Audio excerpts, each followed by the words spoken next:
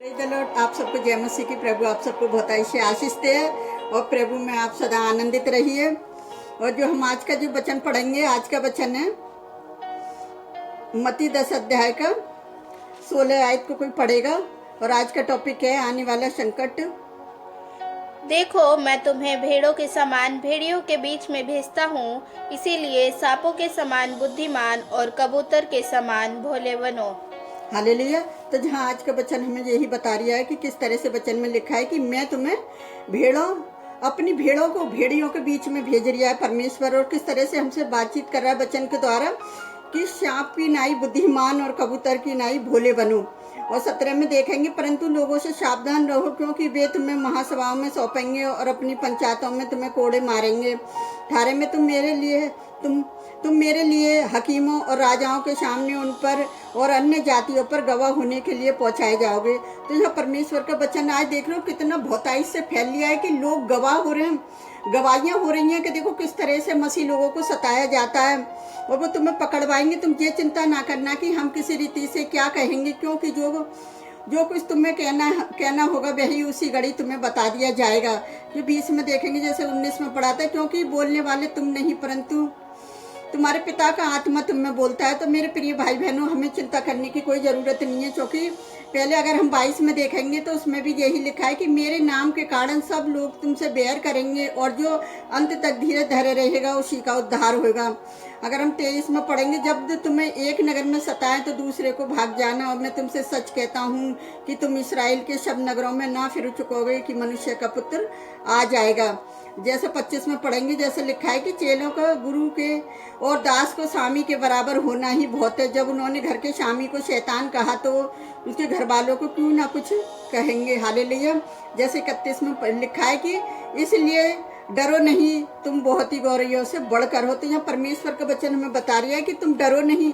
तो हम थोड़ा सा सारांश में देखेंगे अनुवाद में कि किस तरह से लिखा हुआ है कि जिस समय यीशु के चेले प्रचार करने के लिए बाहर गए, उसी समय वे संसार की दृष्टि में पता है क्या थे, वे असुरक्षित थे और भेड़ों के समान थे। उसके पास कोई हथियार नहीं था और यहाँ तक कि उनके पास कोई पैसा नहीं, कोई दो कपड़े नहीं, क्योंकि परमेश्वर ने उन्हें भेजा था कि ना बटुआ लेना ना कोई चीज लेने जब तुम प्रचार के लिए जाओ। तो और अभी हम 9 पद में कोई पढ़ेगा, अपने पटुकों में ना तो सोना और ना रुपया और ना तांबे रखना।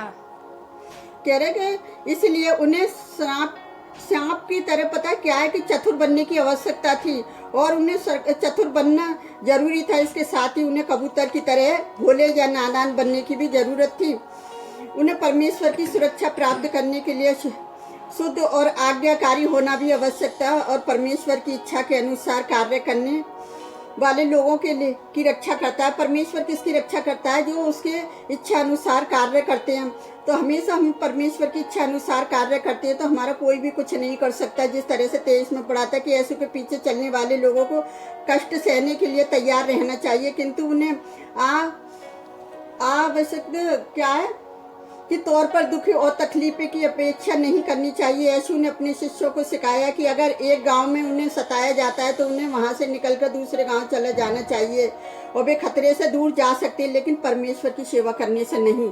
परमेश्वर ये नहीं कह रहा अगर तुम्हारे ऊपर संकट आ रहा है तो तुम क्या करो कि वहां से सेवकाई छोड़ दो। नहीं, परमेश्वर ने सेवकाई छोड़ने के लिए नहीं कह रहा, लेकिन नहीं, परमेश्वर की सेवा से तुम दूर नहीं जा सकते। इसके बाद ही यीशु ने कहा कि उसके चेले इसराइल के सभी नगरों में नहीं जा पाएंगे और उनसे पहले मनुष्य का पुत्र आ जाएगा। इसका मतलब है कि यीशु के पुनरुत्थान से पहले, यीशु की मृतकों में से जीवित होने के बाद उसने अपने चेलों को जाकर बताया कि अब उन्हें केवल इसराइलों में भी नहीं वरना उन्हें क्या करना, सारी जातियों में शुभ समाचार प्रचार करना है। अगर हम मत्ती 28 के 18 और 20 में पढ़ेंगे तो यीशु ने उनके पास आकर कहा, स्वर्ग और पृथ्वी का सारा अधिकार मुझे दिया गया है और उन्हें इन सब बातों को जो मैंने तुम्हें आज्ञा दी है मानना सिखाओ, और देखो मैं जगत के अंत तक सदा तुम्हारे संग हूँ। हालेलुया।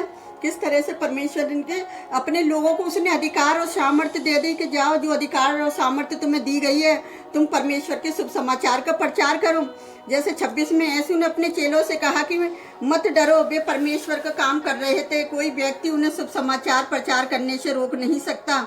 चेलों के द्वारा सभी लोगों को मसीह की शिक्षा और उद्धार के मार्ग से परिचित कराया जा रहा था, क्योंकि उनको शुभ समाचार सुनाया जा रहा था, क्योंकि उनका मुख्य कार्य यही था कि उन्होंने मसीह का जो वचन सुना था उसे खुले तौर पर प्रचार करना था और मसीहों को गवाह बनना चाहिए कि हम मसीह की ज्योति के वो कटोरे, हमें कटोरे को पता क्या करना, पैमाने के नीचे नहीं रखना, छुपाना नहीं है। मत्ती जैसे 5:15 में लिखा है, शिष्यों को किसी भी व्यक्ति से नहीं डरें, यहाँ तक कि शैतान से भी ना डरें, सिर्फ परमेश्वर से डरें। क्योंकि परमेश्वर केवल दुष्ट आत्माएं जो है वो क्या कर सकती है, वो देह को नष्ट कर सकती हैं, परंतु किसी आत्मा को नाश नहीं कर सकती। परमेश्वर ही है जो वो सब कुछ कर सकता है। परमेश्वर अनंत जीवन दे सकता है और केवल वही उसे ले सकता है। नरक में डाले जाने पर मनुष्य का आत्मा नष्ट हो जाता है, क्योंकि वह परमेश्वर से अलग हो जाता है। जहाँ मसीह विश्वासियों के लिए कह रही है उनका अनंत जीवन है। मसीह विश्वासियों को किसी व्यक्ति से कभी किसी प्रकार से किसी भी सताव से डरने की जरूरत नहीं है, क्योंकि किसी विश्वासी को परमेश्वर से कोई अलग नहीं कर सकता। हालेलुया।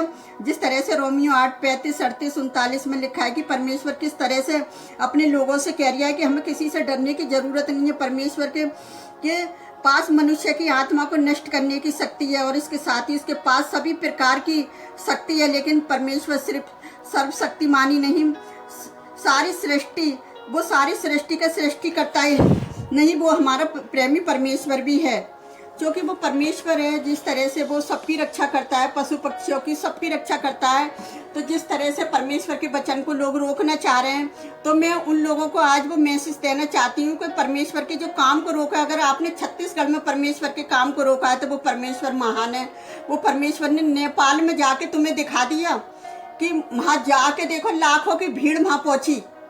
जब तक परमेश्वर की इच्छा नहीं होगी वहाँ से सेवा लेनी है, चाहे वो 1 दिन के लिए, चाहे वो 1 घंटे के लिए, जहाँ से सेवा लेनी होगी।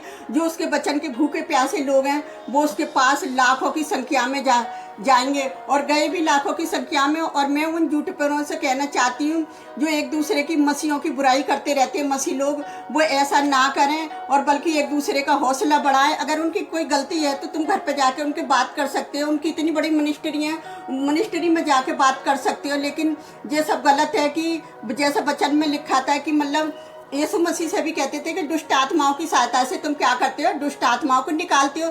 तो मैंने बहुत सारे झूठों को भी देखा है कि किस तरह से बोलते हैं कि विजेंद्र जो है वो उससे निकालता है, दुष्ट आत्माओं की तरफ से निकालता है। लेकिन मेरे भाइयों ऐसा नहीं है। लेकिन जिसकी सेवकाई बढ़ती है ना, कहते हैं ना, एक गाना आपने सुना होगा कि मेरे अंगने में तुम्हारा क्या काम है, जो है नाम वाला वही तो बदनाम है। तो ऐसे अगर कितनी लोग बदनाम है परमेश्वर का काम करने के लिए, तो उनके लिए तो बड़ी आनंद की बात है, उन्हें आनंद होना चाहिए।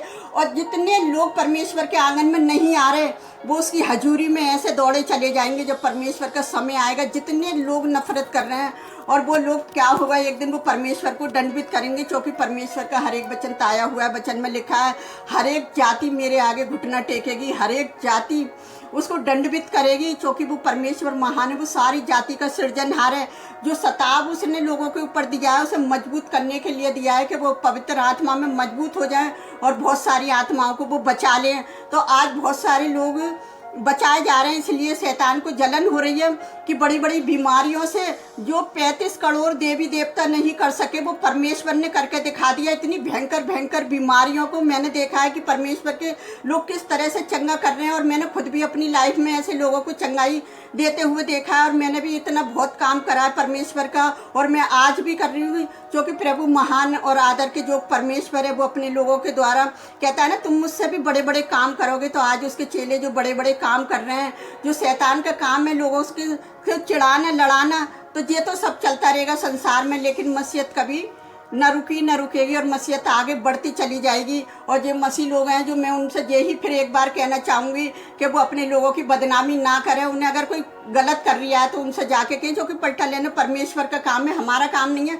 हमारा काम तो दुआ करना है। मैं परमेश्वर के हर एक दास दासी के लिए और उनकी फैमिलियों के लिए, जो बड़ी बड़ी संस्थाएं चल रही हैं, मिनिस्ट्रियाँ चल रही हैं, मैं उन सब के लिए भी प्रार्थना करती हूँ, क्योंकि हमारा काम प्रार्थना करना है।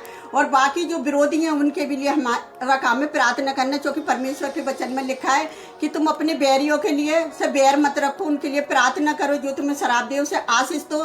तो हम आशीष के लिए हैं, क्योंकि परमेश्वर ने हमें संसार के लोगों की उन्नति के लिए बनाया है। तो इसलिए हमें उनकी उन्नति करनी है, उनसे लड़ना नहीं है, उनको बताना और अपने लोगों को भी समझाना। अगर कोई गलत रास्ते पे चल रहा है तो आप उसको भी जाके बता सकते हो। तो मैं परमेश्वर जोबा का धन्यवाद करती, जो भी परमेश्वर ने मेरे मन में बात डाली और मैंने आप तक पहुंचा दी। तो मेरी आपसे यही प्रार्थना है कि आप सब मिलकर प्रार्थना करें कि परमेश्वर के काम को जो लोग रोक रहे हैं उनके लिए भी प्रार्थना करें और उनकी फैमिलियों के लिए भी प्रार्थना करें जो लोग उनके विरोध में खड़े हैं। क्योंकि हमारा और आपका काम है एक दूसरे के लिए प्रार्थना करना, क्योंकि परमेश्वर ने हमें प्रेम की आत्मा दी है। क्योंकि परमेश्वर प्रेमी है, वो हर एक जाति धर्म के लोगों से कहना चाहता है कि सब मेरी बनी बनाई संतान है, सब मेरे बेटे बेटियों, वो सबको प्यार करता है। तो इसी तरह से उन्हें मसीह लोगों को भी भेजा है कि एक दूसरे से प्यार करें। तो मैं परमेश्वर का धन्यवाद करती हूँ। तो आइए हम आप सबके लिए प्रार्थना करते हैं, आप भी हमारे साथ मिलकर प्रार्थना करें। Hallelujah hallelujah. धन्यवाद करते हैं राजाओं के राजा, प्रभुओं के प्रभु, आपकी स्तुति आपकी तारीफ हो प्यारे पिता परमेश्वर। जो संकट तेरे लोगों पर आया हुआ है प्यारे पिता परमेश्वर, उस संकट में अपने लोगों को मजबूत बनाने के लिए प्यारे पिता परमेश्वर आपकी बड़ी तैयारी है मेरे जो परमेश्वर। आने वाले के समय में एक बड़ी तैयारी है मेरे खुदावन की, बहुत बड़ी तैयारी को लोग देखने पाए प्यारे पिता परमेश्वर, तेरे अद्भुत चमत्कारों को देखने पाए प्यारे पिता परमेश्वर। आपने संसार में इतने चमत्कार किए खुदावन कि उन चमत्कारों, इतना बड़ा संसार नहीं और इतने आपने चमत्कार दिखाए प्यारे पिता परमेश्वर। मैं आपसे विनती करती प्यारे पिता परमेश्वर, जो लोगों पर सताव हो रहा है पिता, आप उन लोगों को भी बुद्धि समझते हैं जो आपके काम को रोकना चाहते हैं पिता। और आपका प्रचार बहुत आयु से बढ़ रहा है प्यारे पिता परमेश्वर, लाखों की संख्या में लोग आपकी स्तुति महिमा के लिए तैयार खड़े हैं मेरे जो परमेश्वर। आपने जो बड़े बड़े अद्भुत काम करे हैं प्यारे पिता परमेश्वर लोगों के साथ पिता, अपने दास दासियों के द्वारा पिता, उस बड़ी दया के लिए भी मैं धन्यवाद करती मेरे जो परमेश्वर। मेरे यीशु मसीह का लहू बहाना कूड़े खाना उसका व्यर्थ न जाए, उसकी सूली की मौत व्यर्थ न जाए प्यारे पिता परमेश्वर।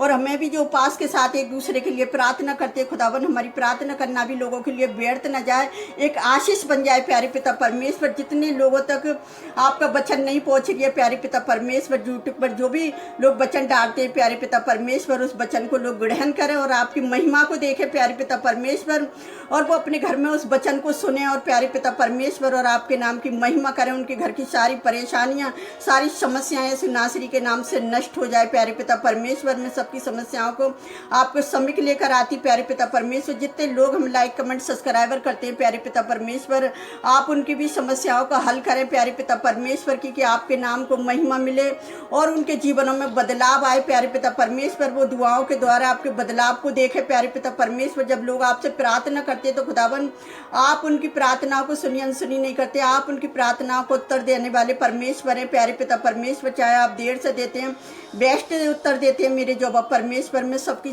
चिंता फिक्र बोझ आपके ऊपर डालती हूँ खुदावन। आपने कही अपना बोझ यहोवा पर डाल दे, तो पिता मैं सारा बोझ आपके ऊपर डालती हूँ खुदावन। अपनी यूट्यूब चैनल फैमिली का, इंस्टाग्राम फैमिली का, व्हाट्सअप फैमिली का, मैं सभी की चिंता फिक्र बोझ आपके ऊपर डालती पिता। उनकी सारी समस्याओं को आपके समीप रखती मेरे जो परमेश्वर। जितने लोग मिलकर प्रार्थना करते हैं कलेशिया में, आप उनकी प्रार्थनाओं को सुनना और कबूल करना पिता। मैं सारा आदर महिमा आपको देती पिता, सारी कमी घटियों को आपके चरणों में डालती मेरे खुदावन। हम जो भी मांगते हैं यीशु के सामर्थी नाम पर आमीन। प्रभु आप सबको बहुत आशीष से आशीष दे।